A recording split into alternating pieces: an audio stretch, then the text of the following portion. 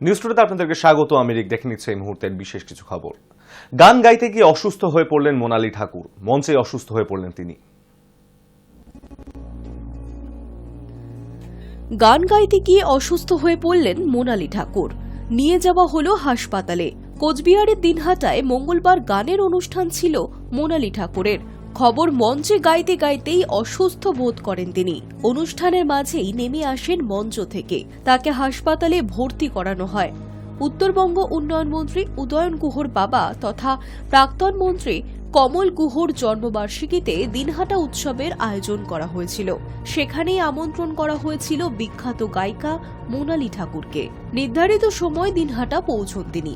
মঙ্গলবার রাতে দিনহাটা উৎসবে উপস্থিত ছিলেন শিল্পী। নির্দিষ্ট সময় গানে মাতিয়ে রাখেন দর্শকদের। গান শেষ হবার কিছুক্ষণের মধ্যেই আচমকা অসুস্থ হয়ে পড়েন তিনি। তার নিঃশ্বাসে সমস্যা হচ্ছিল বলে শোনা যায়। সঙ্গে সঙ্গেই তাকে হাসপাতালে ভর্তির সিদ্ধান্ত নেওয়া হয়। রাতেই মোনালি ঠাকুরকে ভর্তি করানো হয় দিনহাটার একটি হাসপাতালে। তবে প্রাথমিক চিকিৎসার পর শিল্পীকে ছেড়ে দেওয়া হয়েছে। তিনি হোটেলেও ফিরে আসেন। ঘটনার সত্যতা নিয়ে গায়িকার দিদি মেহুলি ঠাকুর জানিয়েছেন, এই খবর আংশিক সত্যি। মোনালি ঠাকুর মঞ্চে অসুস্থ হয়ে পড়েছিলেন ঠিকই, কিন্তু হাসপাতালে ভর্তি হননি তিনি। মেহুলি আরও জানিয়েছেন, বুধবার মুম্বাই ফিরে যাচ্ছেন মোনালি ঠাকুর। সেখানেই চিকিৎসা করাবেন।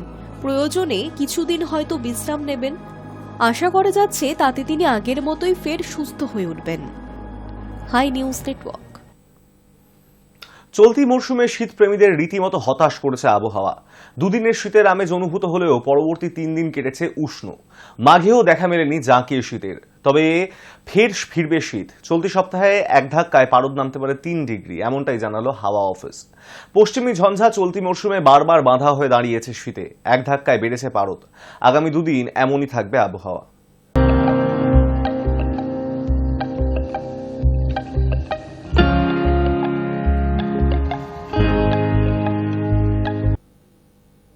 বইছে শীতল হাওয়া। সকাল থেকেই ঘন কুয়াশার চাদরে মোড়া গোটা জলপাইগুড়ি শহর।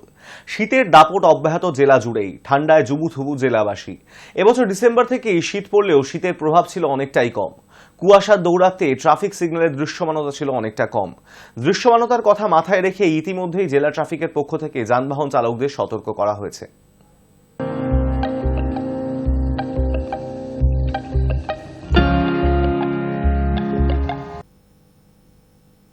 কর্মদক্ষেরা আমেরিকায় আসুন। H-1B ভিসা নিয়ে বিতর্কের মাঝেই মুখ খুললেন ডোনাল্ড ট্রাম্প।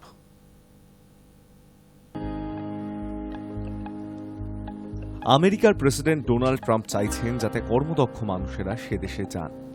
মঙ্গলবার হোয়াইট হাউস থেকেই একথা জানিয়েছেন ট্রাম্প।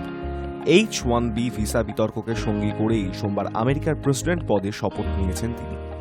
ট্রাম্পের দ্বিতীয় জমানায় H-1B ভিসার প্রসঙ্গে কি পদক্ষেপ করা হবে তা নিয়ে আলোচনা চলছে অনেক দিন ধরেই। এই আবহে আমেরিকার নতুন প্রেসিডেন্টের মন্তব্যের জেরে ভিসা বিতর্কে আরও কৃতাহুতি হল বলেই মনে করা হচ্ছে। ওপেন এআই সংস্থার কর্তা স্যাম অল্টম্যান, সফট ব্যাংক কর্তা মাসায়োশি সন এবং ওরাকল কর্তা ল্যারি এলিসনের সঙ্গে মঙ্গলবার সাক্ষাৎ করেন ট্রাম্প। এরপর 3 প্রযুক্তি দৈত্য সংস্থার কর্তাকে নিয়ে হোয়াইট হাউস থেকে যৌথ সাংবাদিক বৈঠক করেন তিনি।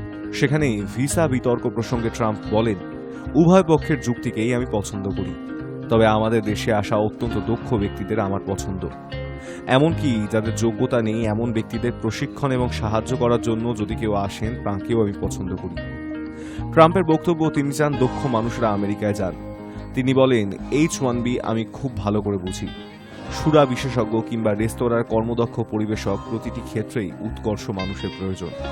আমি চাই সত্যিকারের যোগ্য কর্মদক্ষ মানুষেরা এদেশে আসুন। H-1B ভিসার মাধ্যমেই আমরা এই লক্ষ্যে পৌঁছব। বস্তুত কর্মসূত্রে আমেরিকায় যেতে গেলে এই H-1B ভিসার প্রয়োজন হয়। বর্তমানে আমেরিকায় এই ভিসাধারীদের মধ্যে প্রায় 72% ভারতীয়। H-1B ভিসায় 6 বছরের জন্য কেউ আমেরিকায় থাকতে পারে। প্রথমে এটি 3 বছরের জন্য দেয়া হয়, পরে আরও 3 বছর ভিসার মেয়াদ বর্ধিত করা হয়। 2020 সালে ট্রাম্পের আমলে H-1B ভিসা সাময়িকভাবে বন্ধ করে দেওয়া হয়েছিল। এবারের ভোটের আগেও H-1B ভিসার মাধ্যমে বিদেশ থেকে কর্মী আনার বিরুদ্ধে সুর চড়িয়েছিলেন তিনি। ট্রাম্পের শপথ গ্রহণের ঠিক আগেই আমেরিকার ডিপার্টমেন্ট অফ হোমল্যান্ড সিকিউরিটি সম্প্রতি এই ভিসার নিয়মে বেশ কিছু বদল এনেছে। গত শুক্রবার থেকেই H-1B ভিসার নতুন নিয়ম কার্যকর হয়েছে। ডিপার্টমেন্ট অফ হোমল্যান্ড সিকিউরিটি অবশ্য এটিকে আধুনিকীকরণ বলেই ব্যাখ্যা করেছে। Hi News Network. News Today এখন এই পর্যন্তই। দেখতে থাকুন হাই নিউজ, নির্ভীক, নিরপেক্ষ।